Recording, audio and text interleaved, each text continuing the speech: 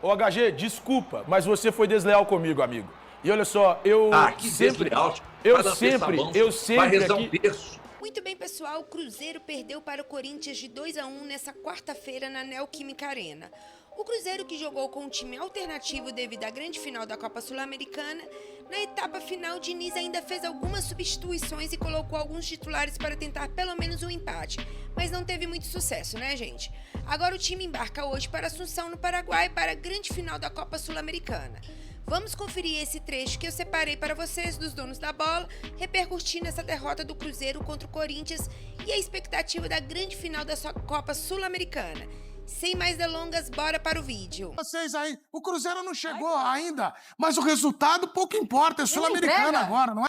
Eugênio Leal, muito boa tarde para você. Estamos aqui ao vivo de Assunção, La Nueva Odia. Ou Olha, depende do sotaque. O meu é Odia, o seu eu já sei que é Olha. Sim, Depende porque do... estamos no Paraguai. Certo. Não estamos na Argentina, nem no Uruguai. O Edu vai responder, sol e chuva. Casamento de viúva. Casamento de viúva. Chuva e sol! Casamento espanhol. Casamento espanhol. Que lindo Assim. joguete! Tá nesse clima, nesse clima aqui, um calor para cada um. Assim como tava um calor para cada um agora há pouco lá na Neoquímica Arena, quando o Cruzeiro perdeu o seu último jogo antes da final da Copa Sul-Americana. Posso começar a falar um pouquinho do Cruzeiro? Sim, vamos começar a falar, porque é assim, é um Cruzeiro que perdeu por 2-1, mas olha, pelo que se desenhava nos primeiros 15 minutos, 20 minutos de jogo, eu tenho certeza como o Diniz, ele vem mais aliviado, porque poderia ter sido muito pior, pelo menos pelo que se desenhou no primeiro tempo dessa partida. Eugênio. Olha, a gente não combinou, mas você leu meu pensamento. Era Foi, justamente isso, né? Porque foi um amasso. 15 minutos iniciais, o Corinthians foi para cima, fez 2 gols e parecia que ia golear. E o Diniz tendo um ataque de nervos à beira do campo ali, normalmente ele tem mesmo. E aí eu acho que o time já tinha dado uma melhorada quando teve aquela parada para hidratação, que vira uma parada técnica. O Diniz dá uma bronca, aliás, você pegou tudo que ele falou ali, né? Deu uma bronca no time e é impressionante, foi imediato o efeito. Na volta, quando a bola voltou a rolar, o Cruzeiro já estava marcando alto, pressionando o Corinthians, tirando a bola do Corinthians e fez o 2-1. E no segundo tempo foi levando ali naquela maré mansa, segura aqui, ninguém estava muito afim de correr mesmo. E o jogo foi pro final com 2-1. É uma derrota que o Cruzeiro meio que já tinha negociado quando colocou o time reserva. E em alguns casos ali, o reserva dos reservas.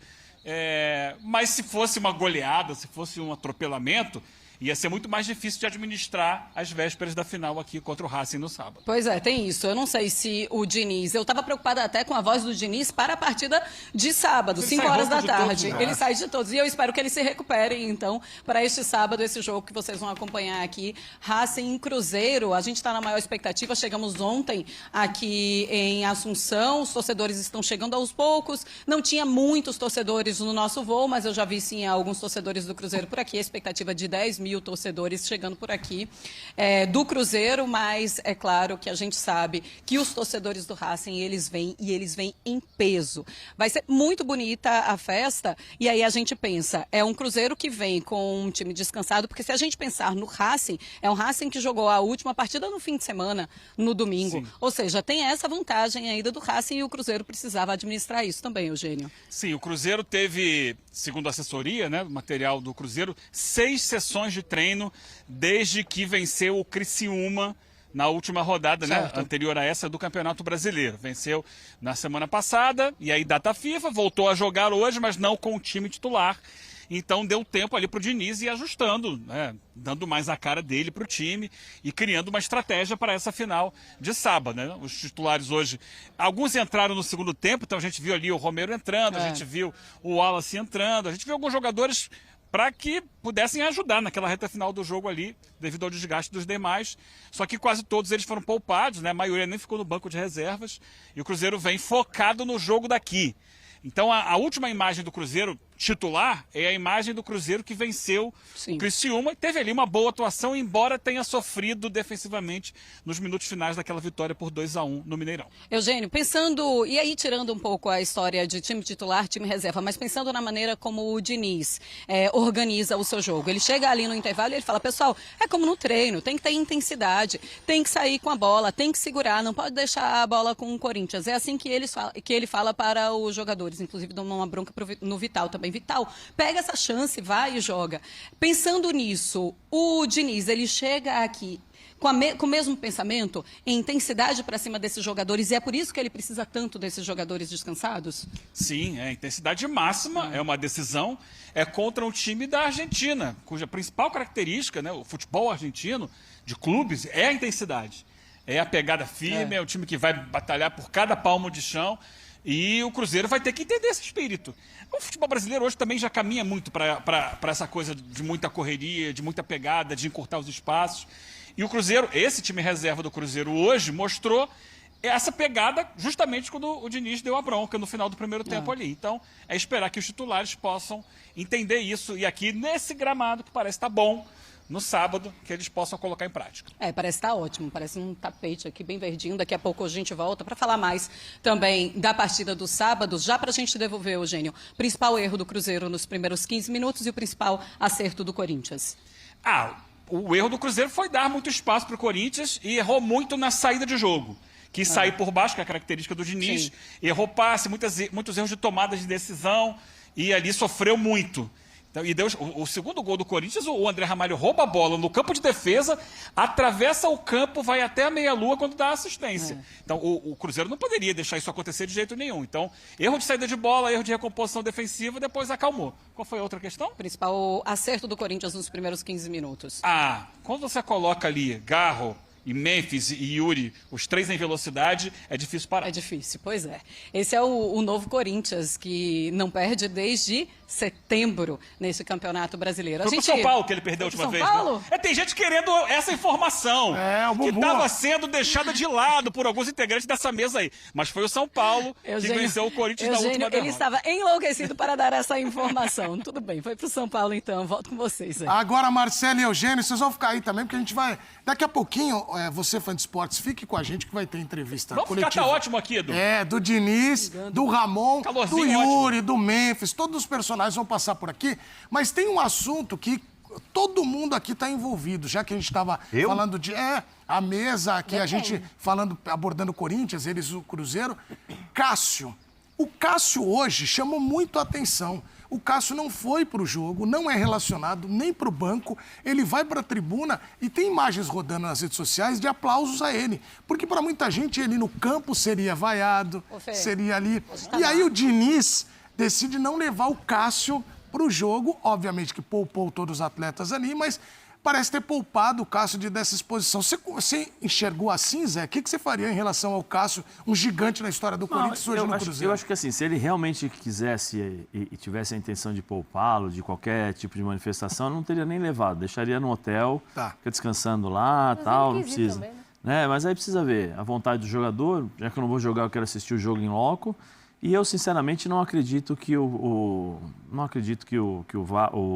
Cássio seria xingado ou vaiado. Eu acho que não. Acho que os torcedores entenderam o porquê do Cássio ter saído. O Cássio tem uma história linda no Corinthians, ninguém vai apagar. Né? E não vejo... eu, sinceramente, não consigo enxergar isso, não consigo imaginar isso, a torcida vaiando o Cássio. Acho que não. O Cássio foi o último grande ídolo da geração que conquistou todos os títulos, né, que poderiam ser conquistados na época do Corinthians lá com o Sheik, com o Paulinho, com o Ralf. Ele foi o último remanescente, né? Então acho que é bem difícil acontecer isso. Tem imagens até dele sendo abraçado, tirando foto. Não seria... E ele é uma pessoa do bem. É a pessoa do bem. Isso que as pessoas... Eu acho que as pessoas que convivem com o Cássio e conviveram com o Cássio durante todo esse tempo entendem e sabem como que é. E você sente a diferença. Aquele cara que não é tão do bem assim, você já sabe, você já percebe pelo comentário, pelas reações dos jogadores que estão bem próximos e tal. E o Cássio, no meu modo de ver, ele foi unanimidade em todos os aspectos, dentro e fora de campo. Vamos falar do Cruzeiro, então a gente já tem os gols aí, né, Comini? Vamos colocar os gols na tela? Já tem os melhores momentos? Ou melhor ainda, vamos colocar os melhores momentos na tela. Corinthians 2, Cruzeiro 1. Everton Guimarães, o que você achou dessa partida? Achei que o Corinthians começou em cima, até fiquei preocupado de um placar mais elástico, mas o Cruzeiro acabou equilibrando ali depois da parada técnica, mas acabou saindo derrotado, de certa forma até esperado, né, HG? Foi esperado, André. O que eu não esperava é que o Corinthians entrasse da forma que entrou, né? O Corinthians entrou encurralando o Cruzeiro com 10, 15 minutos, 2-0, fora o baile, né? O Cruzeiro assistiu o Corinthians por pelo menos 15 minutos na parada técnica ali. O Diniz meio que tentou dar uma ligada nos caras. O jogo estava tão fácil para o Corinthians, mas tão fácil. O Corinthians chegou inclusive a ponto de meter 3, 4. O jogo estava tão fácil para o Corinthians que eu acho que eu não vou dizer que o Corinthians cansou, não.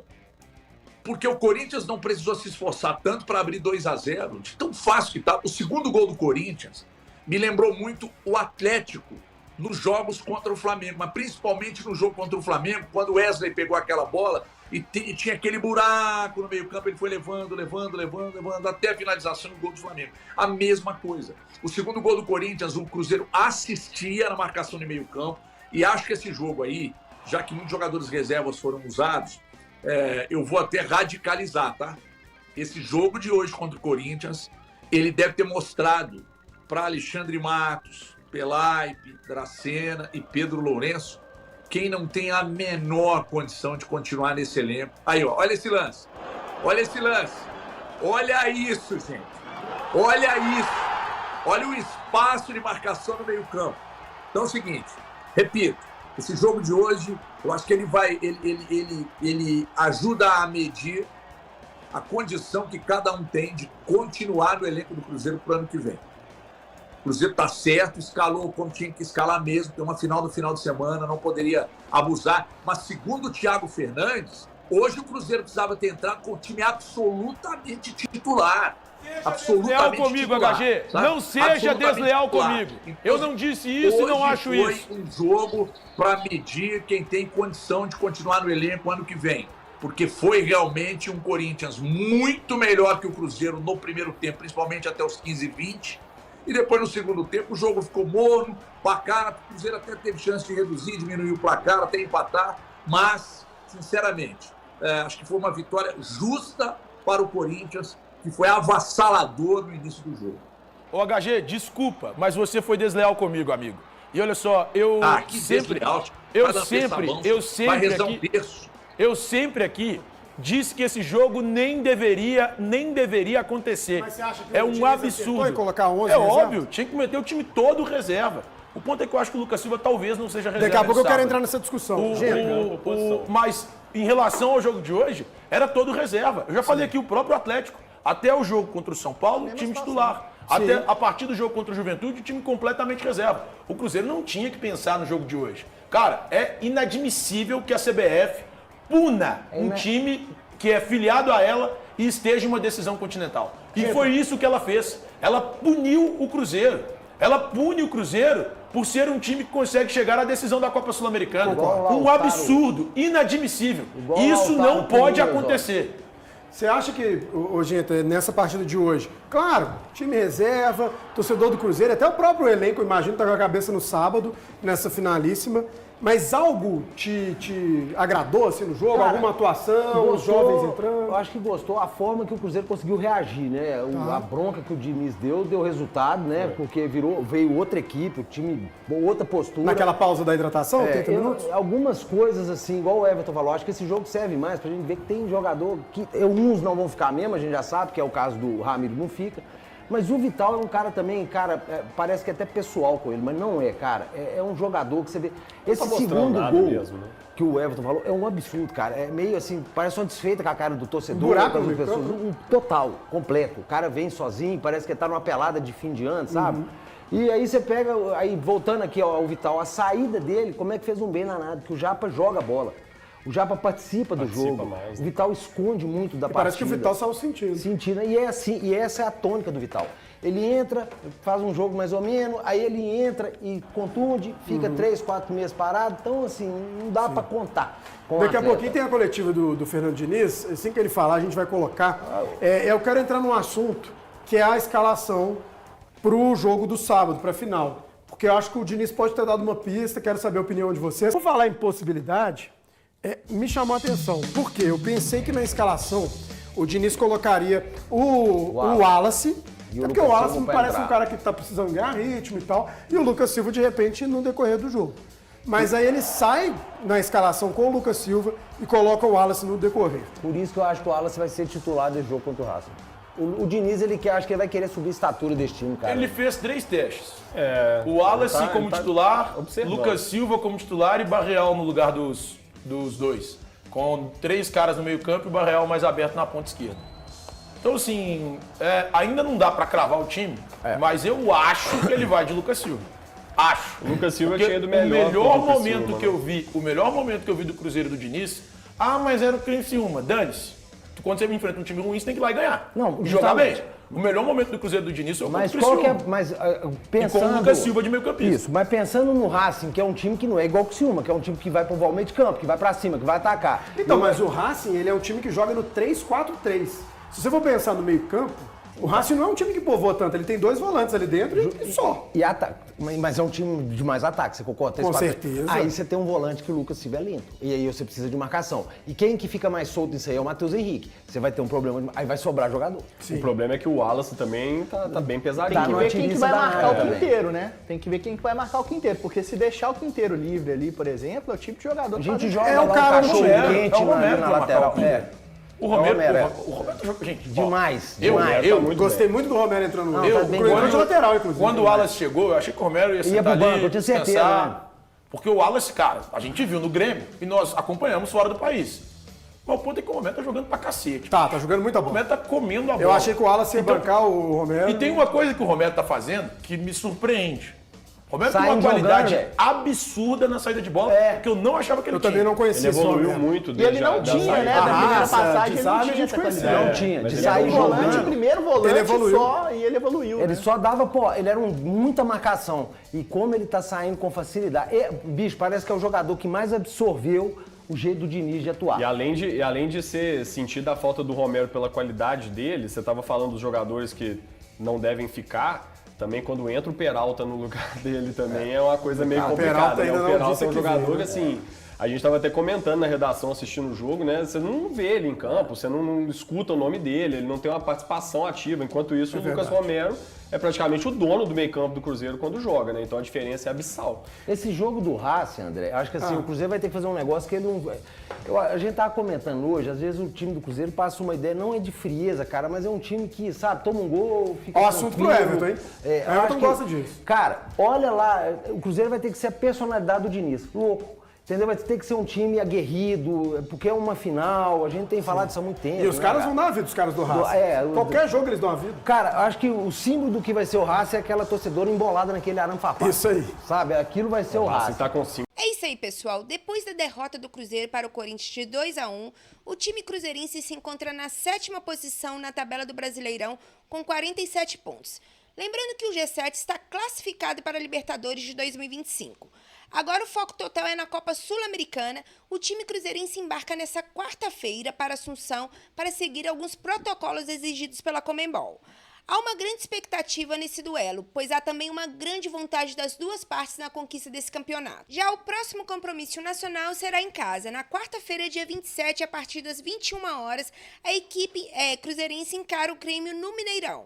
Vou ficando aqui, mas já deixe nos comentários o que você achou desse jogo do Cruzeiro contra o Corinthians. E se você curtiu esse corte, já deixe seu like, se inscreva no canal para não perder nenhum dos nossos cortes. Até o próximo vídeo.